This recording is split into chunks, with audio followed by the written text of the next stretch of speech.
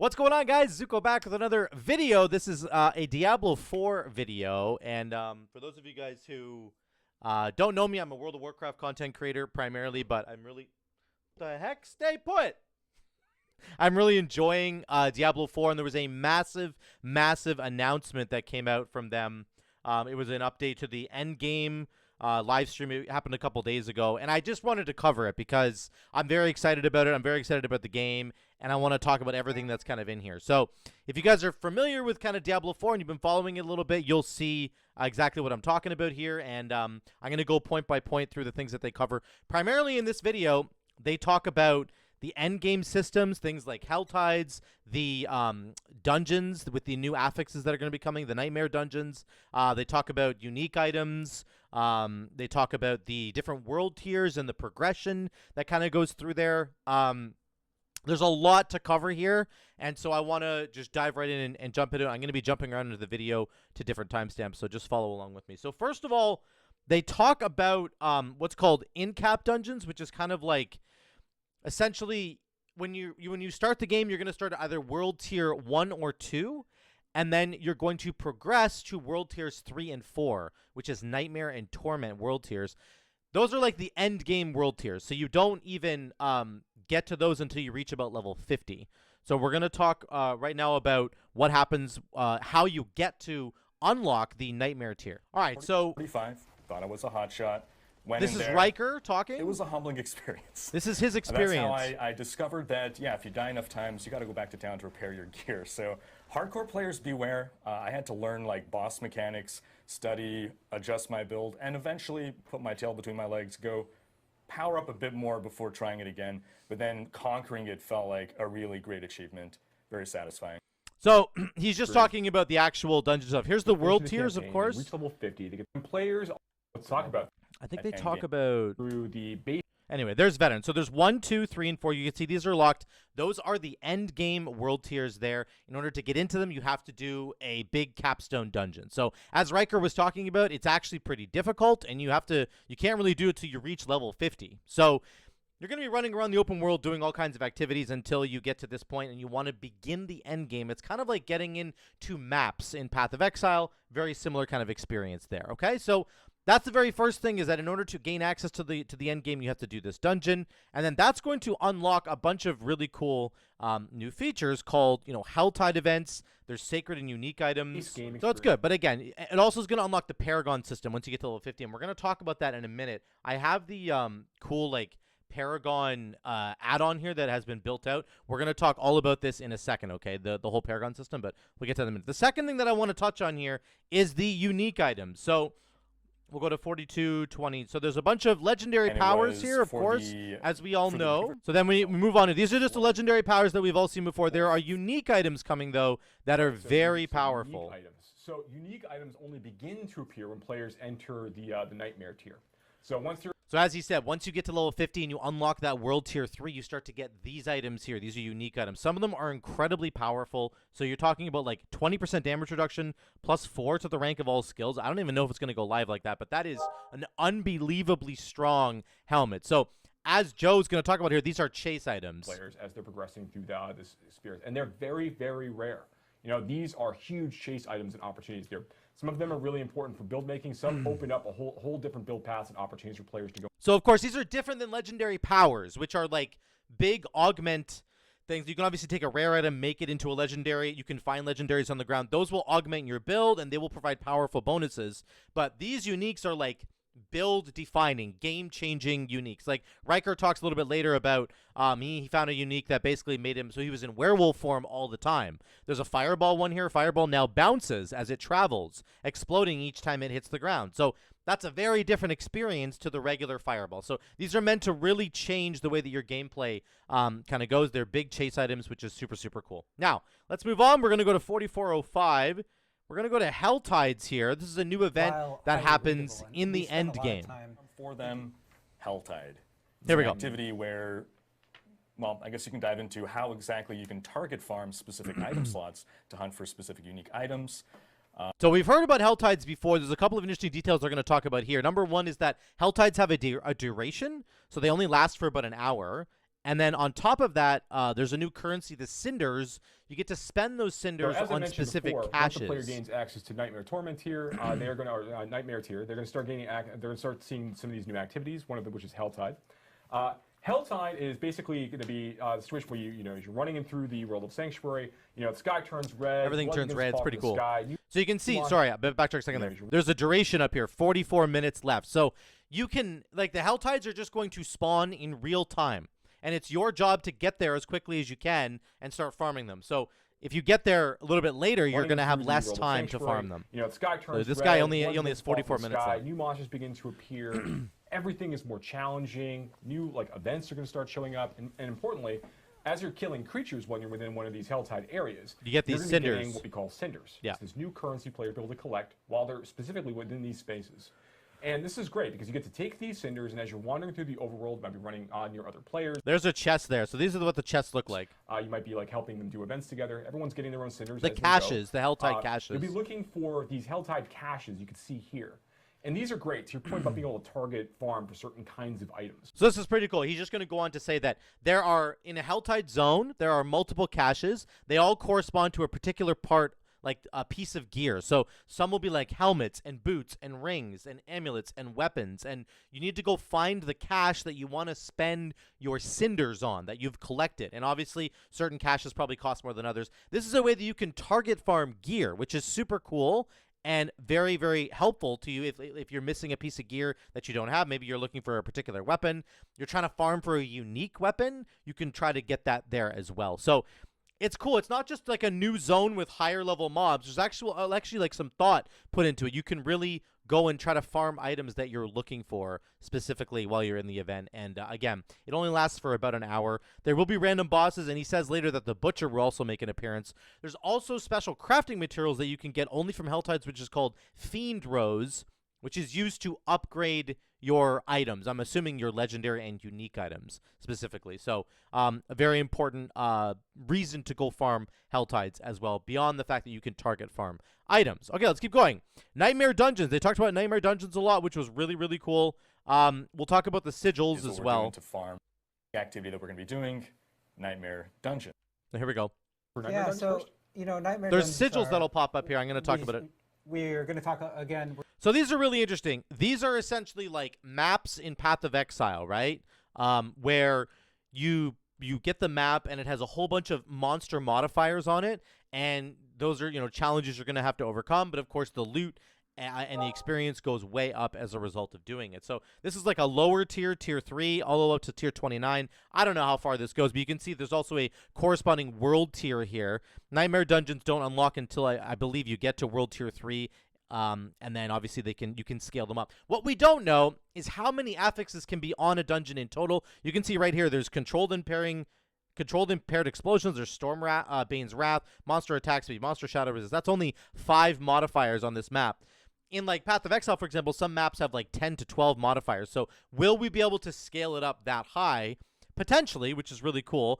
One thing they did also talk about in this video is that you can actually like salvage these Nightmare Sigils down and turn them into dust, and then you can use dust to create a new Nightmare Sigil. And they said something like around 4 to 1. So it's going to cost you about 4 sigils to make one new one. But if you find a sigil where you just really don't want to do the Nightmare Portals, or you really don't want to do Stormbane's Wrath or something, or the Blood Blister, then you can re-roll. You can just, you salvage that down and re-roll it. Similar to Path of Exile, where you can just use a Chaos Orb to re-roll a map if you don't like the modifiers because it has like reflect damage on it or something. So actually a really cool endgame system. You can farm these dungeons indefinitely. It sounds like we're going to be getting sigils a lot. They're going to be dropping like all the time. So you're going to be able to just, dust them down and create new ones pretty frequently. So that's very cool.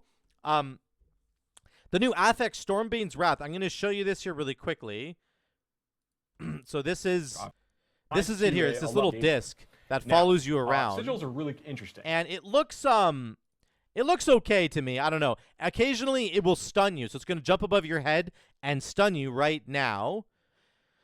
There, you can see the person got stunned. So I don't really like this idea of like a thing that's chasing you, it's constantly stunning you. However, there are a lot of interactions with crowd control in the game, particularly for somebody like the Barbarian, where you can go unstoppable, you can prevent the CC from happening. So this particular affix, if this is all it does is a little bit of damage and then it stuns you occasionally, it's happening right now in the middle of combat there, maybe you can craft a build for your character that is particularly strong against this kind of stuff, a little bit more defensive in nature, so that you can essentially mitigate the entire effect of that affix and have the dungeon be a lot easier for you, so it's easier for you to get the loot, right?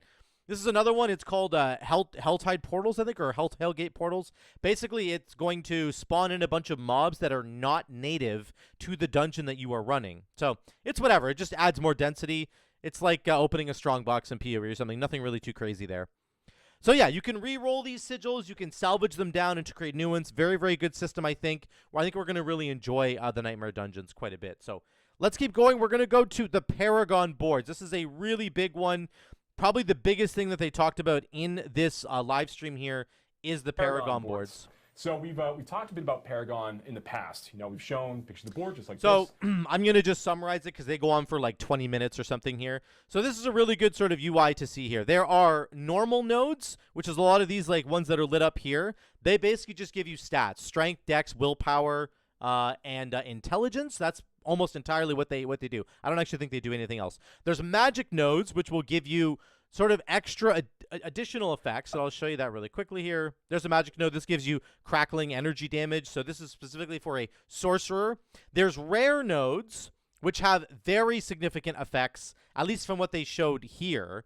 We have a planner tool right now that I'll talk about in a second. It doesn't seem like they're quite as powerful as this, but this gives you 32% increased damage to elites, 14% moves after killing an elite, and then there's bonuses. So these rare nodes always have a bonus attached to them if you meet a particular requirement. For this one, you have to have 260 dexterity, and you'll get an additional 16% damage to elites. So very powerful nodes. Every single rare node has these kinds of bonus, modifiers on them, which is really cool.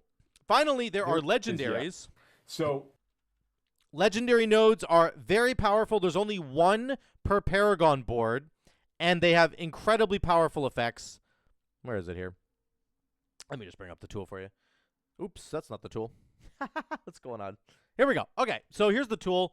I'll show you this board really quickly. This is one that I was working out for a sorceress. So you can see on this first board right here, this has got one legendary slot is down in the corner. This is all about burning damage. So this is a board that you would pick if you're doing a fire-based build that has to do with burning damage. Your burning damage is increased by 40% of your critical strike damage, further increased by 5% for every 20 intelligence that you have. So this is incredible, right? This gives you a stacking intelligence modifier that's going to buff your damage. So all you really have to do with this one is stack the rest of your boards with intelligence. You can see these nodes that have the little head with the cogwheels, they are intelligence nodes. So this is like completely build defining. This is what you're going to want to do with your character. This is going to inform the rest of your decisions when it comes to your gear. You want a lot of intelligence on your gear. You want a lot of intelligence in your Paragon boards. Very, very cool.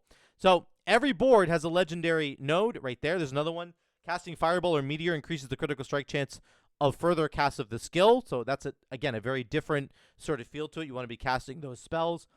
There's there's varying degrees of legendary effects. Now, what happens with these nodes is, again, you're going to formulate a build here. This is like, okay, I'm going to pick whatever stats I want to do, and then I'm going to travel along these boards, and I'm going to start to formulate a build by combining all these things together, all these different effects. So it's very cool to see that. I'll show you exactly how you connect them. There's connection gates here with the gate node. We're going to go here. I'm going to select this last one. Let's go Static Surge. That creates a whole new board for me. Now, you can also flip these boards. So right now, I can see the legendary power is right here, and the glyph is right here. Maybe I want the legendary power to be closer. I'm going to flip the board around until the legendary power is really close, and then I can work my way towards that legendary power as quickly as possible. And there we go. Boom. Now I have it. So again, maybe I don't care about this legendary power at all. So instead of doing that, I'm going to flip the board the other way and make it so I have the glyph really close by, and I can work my way towards the glyph because that's what I want for my build. Now, let's talk about the glyphs. We'll go back to the video for a second. We'll show you the glyphs. Here's the legendary one. Very, very powerful. They have, again, build-defining kind of characteristics. Here's the glyph here. So Glyphs are things that you will accumulate over the course of playing the game. And in particular, I believe while you're doing Nightmare Dungeons, these will most notably drop from Nightmare Dungeons. And you can upgrade your glyphs with Nightmare Dungeons as well, which is super cool. That's the main way that you're going to upgrade those glyphs. They are very powerful. So this gives you lightning resist, crackling energy damage. Again, this is this whole build that they're showcasing here. 10 intelligence. Then there's the stuff in the bottom here. 50% bonus to all rare nodes within range. So that's these two right now are in range, these big rare ones. So whatever these rare nodes are doing, which we just saw a minute ago, can be incredibly powerful. They are now 50% stronger. That's bonkers. That is so good. And they talk about in the video how you can actually grow the size of the glyph socket and make it a lot bigger in order to sort of grab more rare nodes that might be nearby, which is super cool. Also, it's not always just rare nodes. Like, there might be a glyph that buffs all of the normal nodes and gives you, like, +1 to all stats on the normal nodes. So you might have, like, a glyph here, and then you're going to fill out every single stat nearby to get extra bonuses to those stats, right? Stuff like that. So, very cool. These glyphs are going to be sort of the main progression system in the end game that we are going to look at. I don't have glyphs activated on the tool here right now, unfortunately, but this is exactly how it's going to go. Let me show you the build that I'm kind of looking at right here, and let me just summarize really quickly kind of how a build might end up working. So here's a Fire Incinerate Sorceress. Okay, so you start with Firebolt. That's cool. We're going to grab Incinerate as our main skill. We're going to come down here and grab Flame Shield because, again, we're all about fire. We're going to grab Frost Nova because we're going to be immobilizing enemies, and we do more damage if they're immobilized. Then we have a Hydra as an extra skill that we can kind of cast just for fun.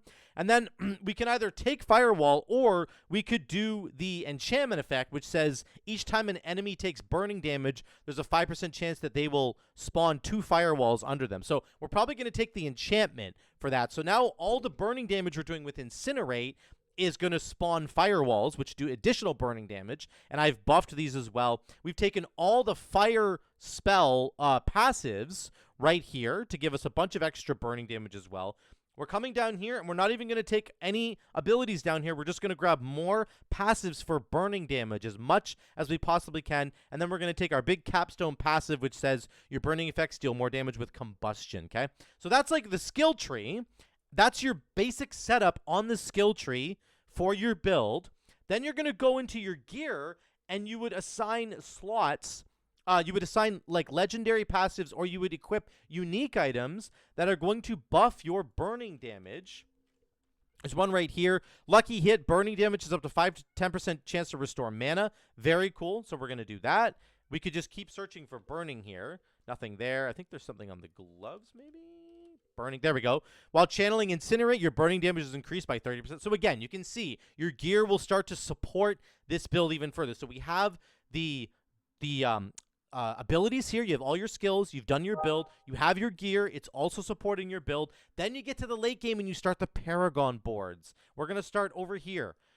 We go to our first board, which is going to be this legendary. This is the main thing that we need to grab here for our burning build, okay? You grab this legendary node. Your burning damage is increased by 40% of your critical strike damage. Now we want to also grab critical strike damage wherever we can. And then all I've done with the rest of my tree is I've pathed towards every glyph that I can find. So I moved over here, grabbed this glyph. I'm not grabbing this legendary node. I'm moving down here. I'm grabbing this glyph, and I've rotated the Paragon boards to put the glyphs as close as possible to wherever I want to go next, right?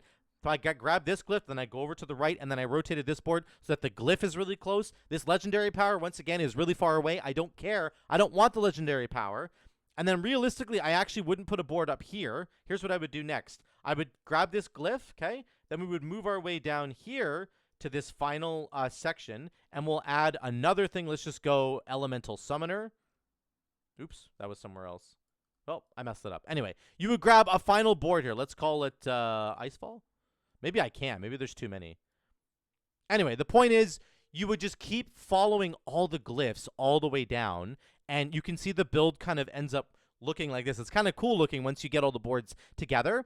But this is just one example of a build that you can run that focuses on Incinerate, burning damage, and focuses on all the glyphs that you might want to grab here as well. There's all kinds of other builds that you can do that focus. Maybe you want to grab some rare nodes. There's even some up here I could have grabbed. There's Critical Strike and critical strike damage and fire damage. I probably want to go grab that actually. But again, more critical strike, more fire damage from the magic nodes there. So again, there's a whole bunch of variation, and what they talk about in the video is that you could basically have two sorceresses running an Incinerate build, but they might run vastly different Incinerate builds based on the different Paragon boards that they want to slap together, and based on the different gear that they've got, and even the skills that they're running. Maybe they don't run the Firewall enchantment. Maybe they run some other enchantment, like the Hydra one, or a Fireball enchantment, and it ends up being kind of a very different looking build. Maybe they focus less on burning damage and they focus more on a big upfront hit of fire damage.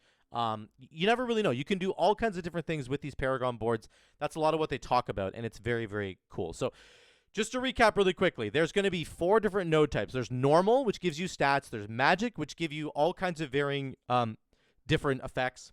There's rare ones, which are very strong and have a bonus effect that you have to meet a requirement for.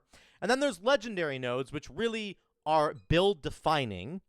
They really help to shape the direction your build wants to go. And then, of course, there's glyphs. And these glyphs are going to dramatically change what's going on with your tree. You can see if I put a glyph right here and it buffed these 2 different rare nodes right here. This is 5% fire damage and more intelligence. This is 15% fire resist, more intelligence. My intelligence is scaling my damage. If I had a glyph that boosted these by 50%, that's a huge deal for me. So again, these glyphs are going to be very, very powerful. That's how the end game Paragon board system is going to work, kind of in a nutshell. And I tried to give you an example of a build. And then you can also see how the entire character comes together. You have your base build, you have your gear that is supporting with your legendary aspects and your unique items, and then you have the end game Paragon board that is further supporting your build. So there's a lot to think about when you're thinking about your Diablo 4 character now, and we can really see clearly that the endgame system in Diablo 4 is going to have a lot going on. You're going to have a lot of things that you kind of need to juggle. You've got gear, you've got your base abilities that you're putting points into, and of course you've got this Paragon system scaling all those things up into the late game. We're going to have to see kind of how that works out in the game moving forward. But I think there's a lot to work with there, which is really, really cool. One thing I want to touch on really quickly when it comes to stats, you might think to yourself, well, Zuko, what if I don't care about having willpower in my build? Or what if I don't want intelligence as like a barb? Maybe barbs don't want intelligence. One cool thing that they're doing in Diablo 4 is they're making all of the stats relevant for every character. So strength, you can see on this sorceress, increases her armor by 7 points. And that is really good, actually, because armor actually just gives you damage reduction across the board. It also affects elemental damage as well. Strength is not as powerful for sorceresses for sure, but it still has value. Dexterity increases your critical strike chance and dodge. Maybe you don't care about the dodge, but you certainly care about the crit chance on a sorceress. So it's important to actually have dexterity as well. And if you have dexterity from your tree that you're getting, it's actually okay. It's not a wasted stat, is what I'm trying to say. Intelligence is, of course, the best stat for sorceress because it increases your skill damage, but it also increases your resistance to all elements, so that's very good as well. And then willpower is really good, but it increases your resource generation by a percentage, it increases your healing received, and it increases overpower damage. So if you're on a barbarian, let's say, you might think to yourself that willpower doesn't sound like a stat you would want to invest in, but you might have a build that is all about building and dumping fury in a very quick amount of time. So like, you might want a ton of willpower to increase the amount of fury that you're generating every time you use a generator. And you might only have to use like 1 or 2 generators and you're already at max fury because you have so much willpower. An ability that used to give you like 10 fury is now going to give you like 30. You see what I'm saying? Like, that's crazy, and that could be really cool. So the stats are always relevant to every character, depending on what build you're doing. You might not want to invest in certain stats, but it's nice. These Paragon boards have all these different stats, and they will be relevant regardless of kind of what character you're playing and what class you're kind of running around with. So good to see that as well. There's no wasted stats, kind of like in Diablo 3. It felt like some of the stats were a little bit wasted sometimes. So that's the Paragon system in a nutshell. Again, they talk about it quite a bit. Build diversity is going to be huge. Like I said, 2 different Incinerate builds potentially going on at the same time. There is a cost to re-rolling these nodes. I need to make sure I talk about this really quickly. So look, you can see the refund cost right here. It costs 39,000 gold to refund this node. Now, that is the same. I've looked at the other ones. There's a magic node that costs the same, and the rare node costs the same. 39,000 gold to refund this one as well. We don't have any details on this, and they didn't talk about it in the live stream event, but this guy has about 6 million gold. 39,000 gold to refund one node is a lot of gold if you only have 6 million at this point in the game. So let's say you want to refund like 20 nodes. Like that's like 800,000 gold or something, or more than that. It's like more than $1 million. So I don't know if this is just intended to be the the money sink, the gold sink in the end game. That might be their intention here, is to just, this is where you're going to spend a lot of your gold if you want to re-roll your build. But I'm a little bit discouraged by this because it means that being able to experiment with different Paragon boards might cost a lot of gold, and that can be really discouraging. So you kind of locked into a build, which is okay. There's nothing wrong with kind of being locked into a build to a degree, but I really like to experiment with different builds while I'm playing the game. And if it's going to be like gold prohibitive for me to do that, I don't know how I really feel about that. So we'll have to see. Maybe this is just a placeholder number. Like maybe they can tweak this stuff and make it cheaper. We'll have to wait and see. This is obviously, the game is not released yet, so we'll have to wait and see. I also don't know if you can refund the entire Paragon board for less gold potentially. We don't know the details on that yet, so we'll have to wait and see. Okay? Let's move forward to the class changes. These were actually shown in a blue post like a couple days ago. So this isn't really something I'm going to spend too much time on because this was information that you guys have probably already seen if you have been following the game at all. So what I'll just say really quickly is that Barb got a big defense buff. Druid got a huge rework on a lot of stuff. Their companions are stronger. Their ultimate cooldowns are better. Druid just got buffed across the board. Sork got nerfed a little bit. Rogue basically didn't get anything. Necromancer is going to have to summon their minions a lot more often than they're used to right now. So a bit of a nerf to the summoning build perhaps, but realistically it's just they want it to be that, like, if you're going to play a summoning build, an active part of playing that build is summoning your creatures, your skeletons and stuff. So we'll just have to wait and see how that kind of plays. It sounds like it might be a little bit annoying for Necro players. Okay, let's go to the dungeon layouts. Let's go to 112 here. This is a big deal.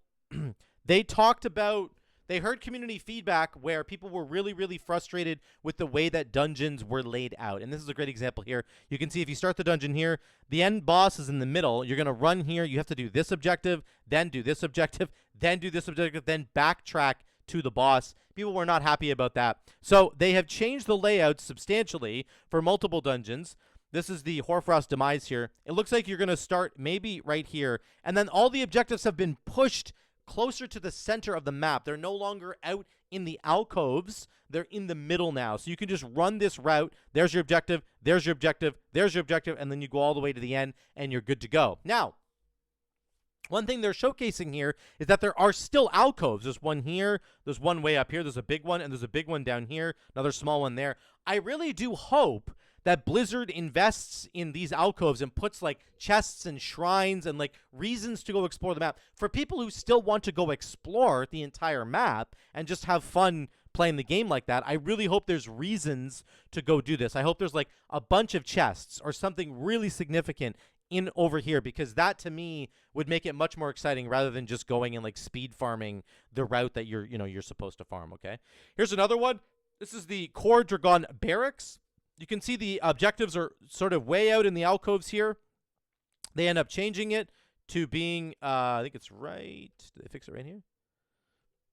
There it is. And this has got a big smiley face on it. All the objectives are closer to the center, so you can see that, it's much easier to grab them. You don't have to go all the way out to these kind of alcoves here. So again, that's good quality of life. This is what people were really worried about and frustrated with. Blizzard has heard the feedback, and they have responded. So really great to see that from Blizzard, that they're listening to us, and they're going to change those dungeon layouts. I just do hope that they keep some really fun objectives in the alcoves there.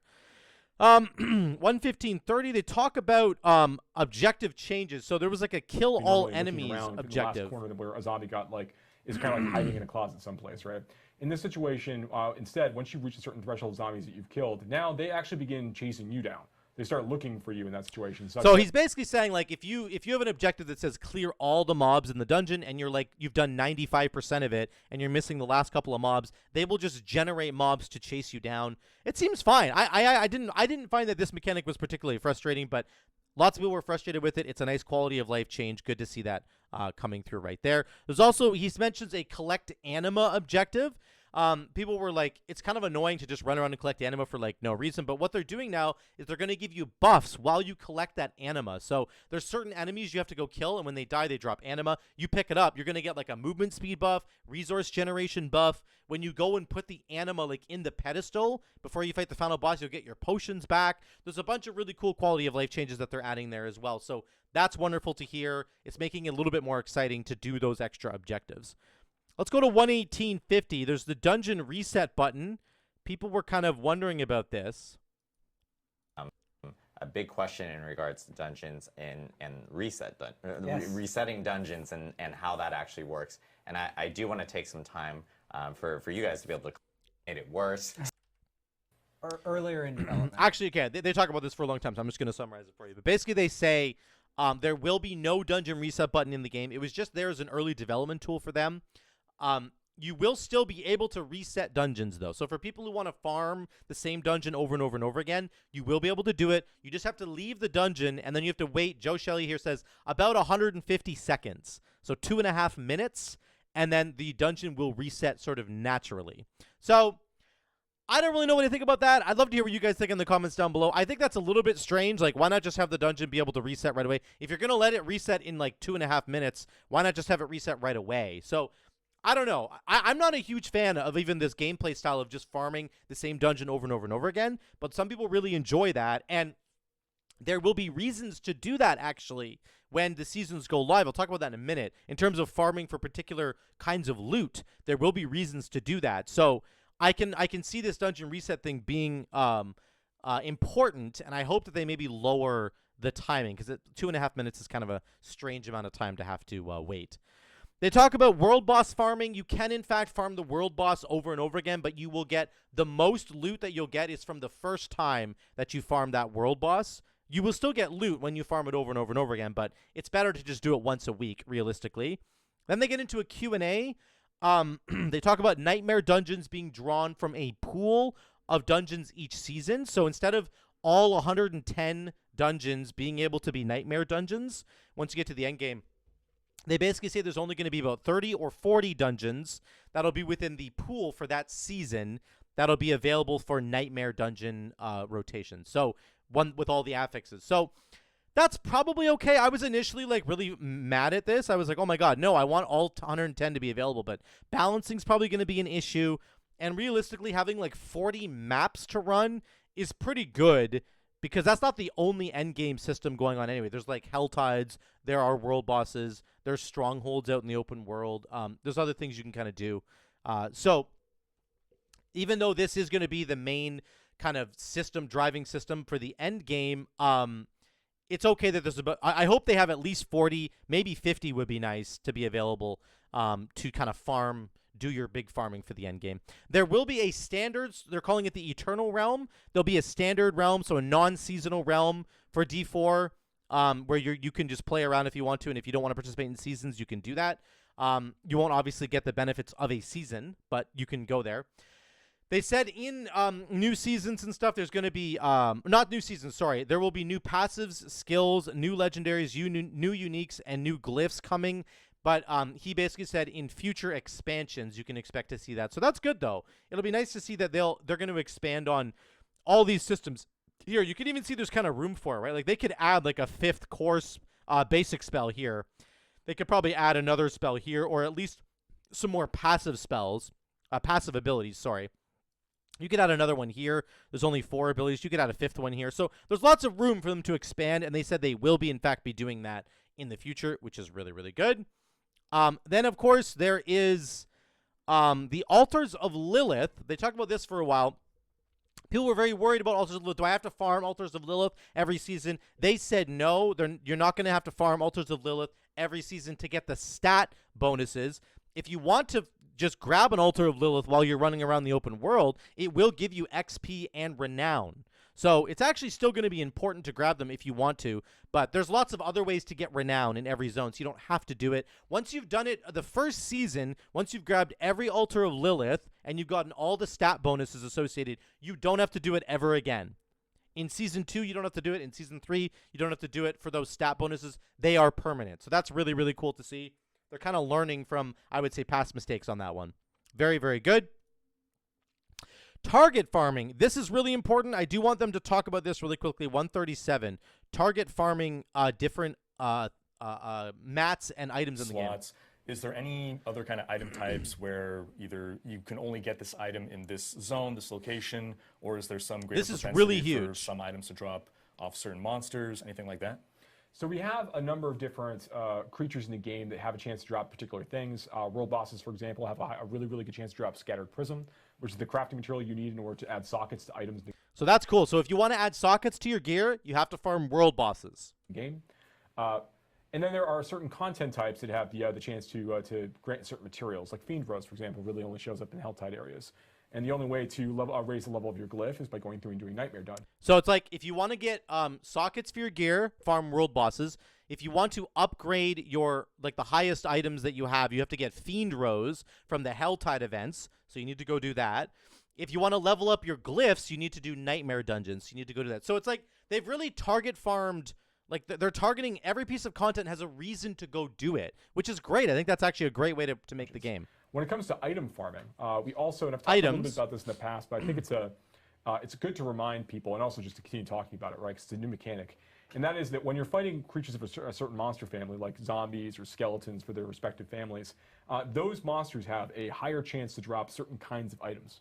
It's actually a bonus chance to drop certain item types. So it's a bonus chance. That's an important thing there. So all monsters have an ability to drop most things in the game.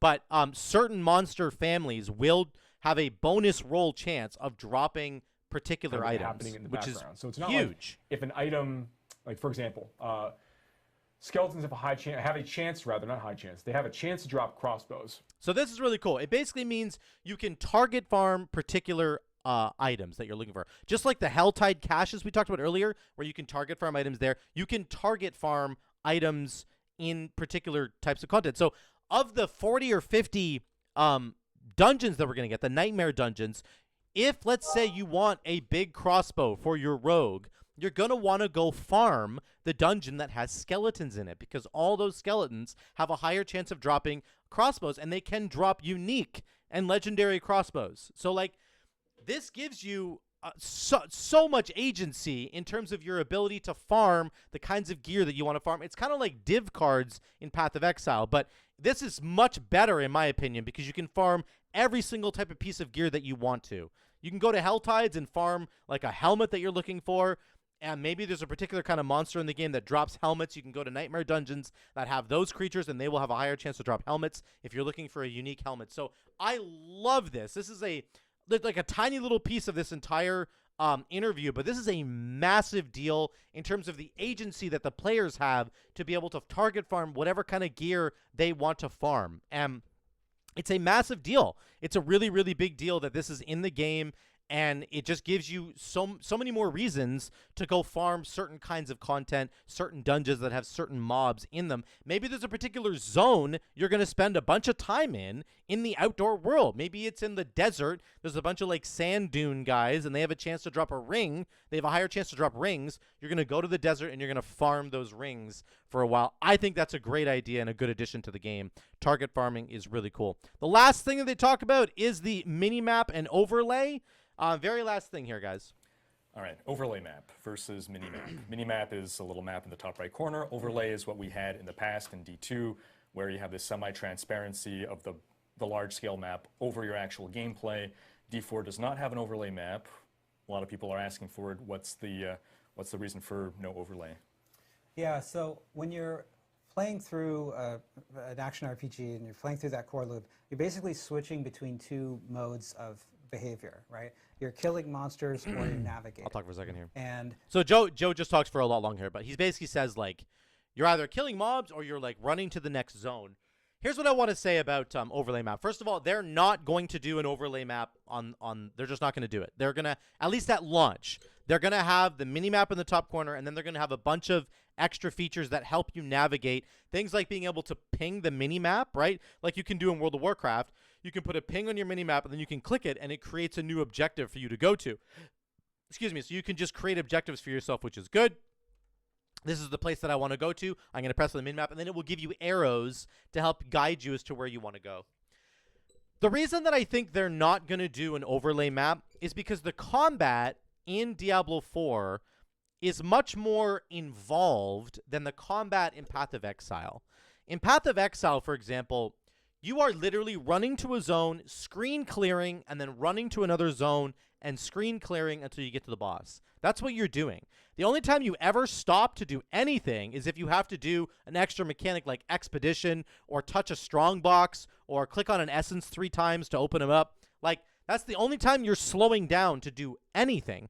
The combat in Diablo 4, the monsters are much tougher. They last a lot longer. A lot of them have crowd control bars that you have to get through before they can even like start taking like real damage. There are all kinds of different things going on in combat in Diablo 4 that make it more involved, more engaging, in my opinion. It's much more engaging combat that requires you to be active and involved while doing it. You're not just running in and blowing up the screen and running to the next screen and blowing it up. You're like fighting these mobs here, you're kicking a guy over there, you're stunning these guys.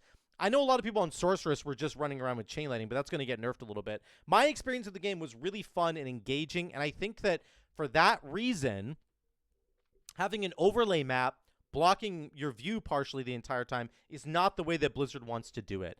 I think that they want to just give us all the tools that we possibly can have that will buff the minimap in the top right corner and give us like objective trackers and all that jazz, but they don't want to clutter the screen with an overlay map because the combat is actually very involved. I need to see what's going on the screen. Literally in PoE, I don't really need to see what's going on the screen because everything's dying in 1 to 2 hits. And if it isn't dying in 1 to 2 hits in PoE, then I'm dead.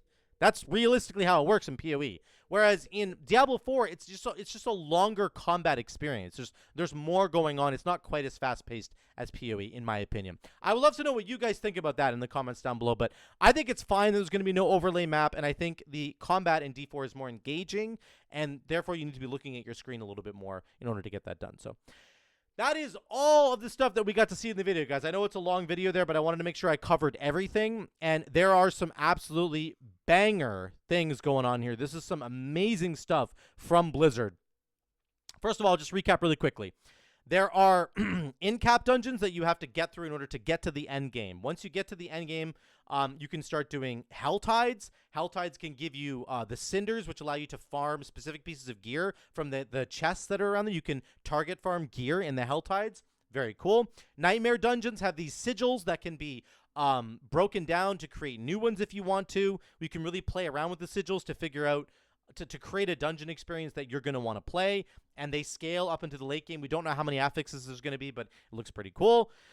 The Paragon boards are absolutely crazy. I showcased this a lot with you guys here, and I hope that you can see that they're very, very fun to play around with. I think there's going to be some absolutely amazing builds going on here with the Paragon boards. There's obviously normal, magic, rare, legendary nodes, and then there's the glyphs that are going to give us ridiculous amounts of customization on our builds. This is an amazing endgame system that I'm excited to get into, and I think is going to be really great for the game as a whole. Then there were some big class changes. There's some dungeon layout changes. Really excited for all that because they were kind of frustrating. There were some dungeon objective changes, like the kill all zombies thing got buffed. There's no dungeon reset button, but you can still reset the dungeons by leaving them and waiting for a couple of minutes.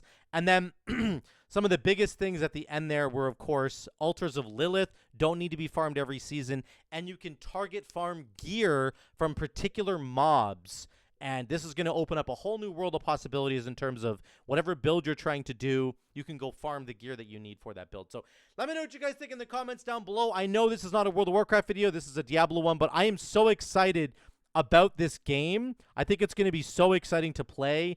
And I think these systems that they've showcased give me a lot of confidence that Blizzard has invested a lot of time and effort into these systems to make them really great, and that they're going to be a lot of fun to actually play with. So, yeah, let me know what you guys think in the comments down below. Once again, I love you all. I will see you in the next one.